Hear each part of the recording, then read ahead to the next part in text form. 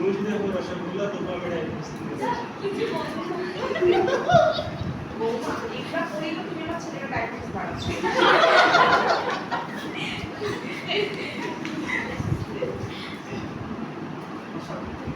ওরে বাবা এই সিনটা আবার দাও। আমি একটা রিল বানাই, ক্যাপশন দেবো হ্যাশট্যাগ করে মিষ্টি রোগ। মিষ্টি মানে কি শুধু চিনি, ওটা তো ভালোবাসি।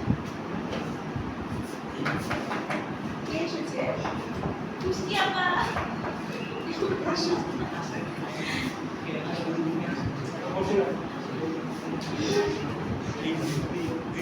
আচ্ছা, আপনাদের পরিবারের ব্যাপারে একটু জানতে চান। আপনাদের পরিবারের সদস্য সংখ্যা কয়জন? চারজন। আচ্ছা, নিকনেম? আচ্ছা, আপনাদের পরিবারে কি কারো ডায়াবেটিস? আচ্ছা, আপনার বউমার হাতে তো মিষ্টি দেখতে পাচ্ছি। কি স্বামীকে মিষ্টি খাওয়ানো হচ্ছে?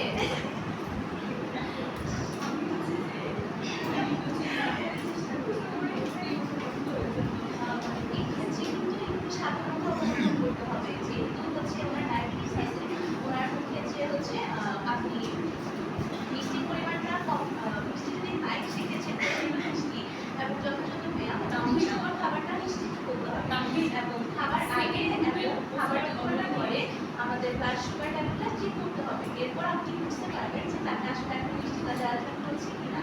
এছাড়াও কিছু বিনা কাজের জীবনের মধ্যে চলতে হবে।